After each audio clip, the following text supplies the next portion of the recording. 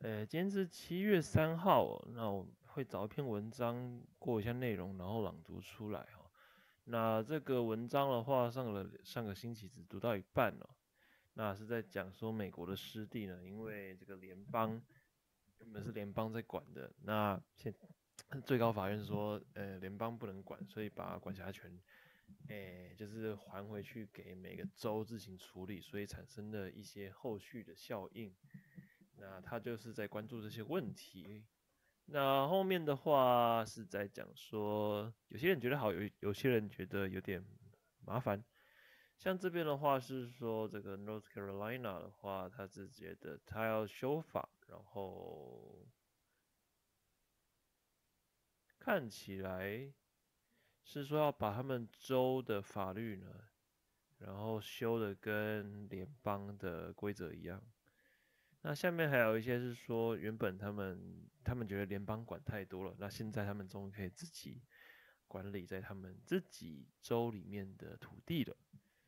还有一些人觉得说，这个对他们的湿地保护是一个负担，因为以前可以跟联邦的人一起合作，然后去做一些研究啊、发放许可证等等的。那现在的话呢，少了联邦的这些人的人力编制，他们就变成他们州的人员的负担就会加大，就是有好有坏的意思。那大概就是这样子。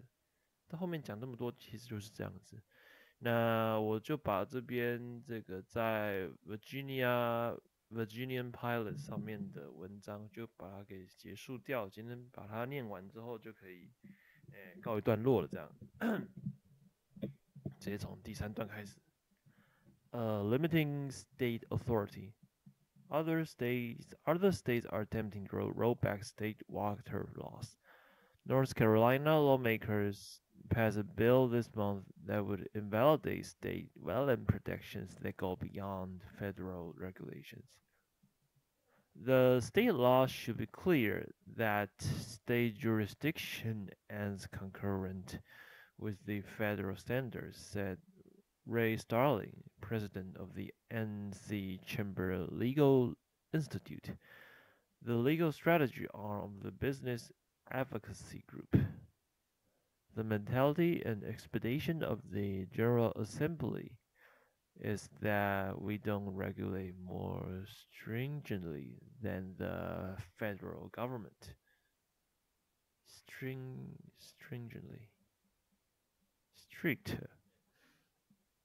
Governor Roy Cooper, a Democrat, has not indicated whether he will sign the bill.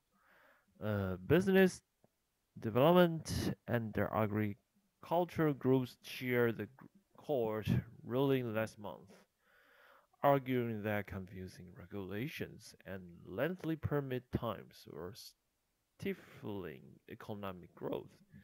Stifling. Okay. Now they're turning their efforts to the state level. We're very happy with the decision, and we consider it a victory against federal overreach, say Adam Pugh, Environmental Policy Program Manager with the National Association of Home Builders. We do appreciate that a lot of states will continue to regulate and provide permits to those waters. We're trying to make our state associations aware of any proposal that is going to make home building easier and more difficult to prepare them for that conversation. The group's North Carolina chapter supported the bill to roll back state wetland protections, but environmental groups say that effort is misguided. Our waterways are only as clean as the wetlands that filter our pollution, said Kelly Moser, senior attorney and leader of the Clean Water Program at the Southern Environmental Law Center. This opens up millions of acres of wetland to development and industrial pollution, wetlands that we have as a region relied on to protect our communities from increasing floods. Okay, last paragraph. Capacity issues. Even in states with established wetland laws and the permitting programs, the Supreme Court decision is shaking things up. State agencies work closely with federal regulators to conduct analysis, review proposals, and process permits. But now for these wetlands, states largely are on their own. We expect there are going to be delays in issuing permits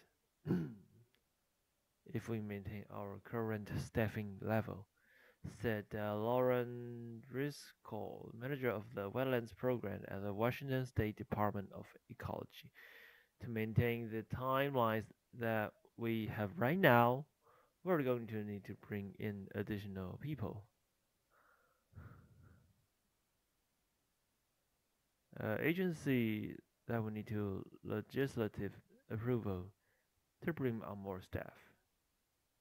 Washington estimates that more than 50% of its wetlands have lost federal protection, and it will have processed roughly 50 additional applications each year for projects that no longer fall with federal jurisdiction.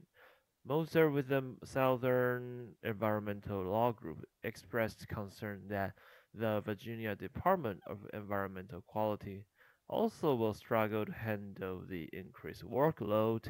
Even though Virginia has wetland regulations on books, they simply don't have the expertise or resource to fill the gap, she said. The agency did not make official available for an interview.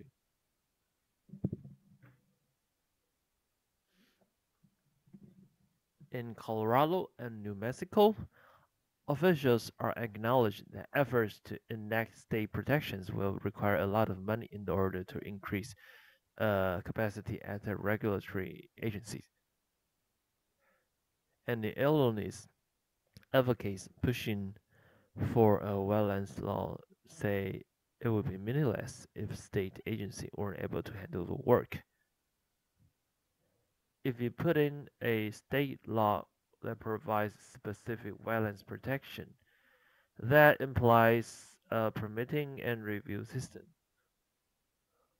which is a significant capacity issue, said Paul Botts, executive director of the Wetlands Initiative, a Chicago-based nonprofit.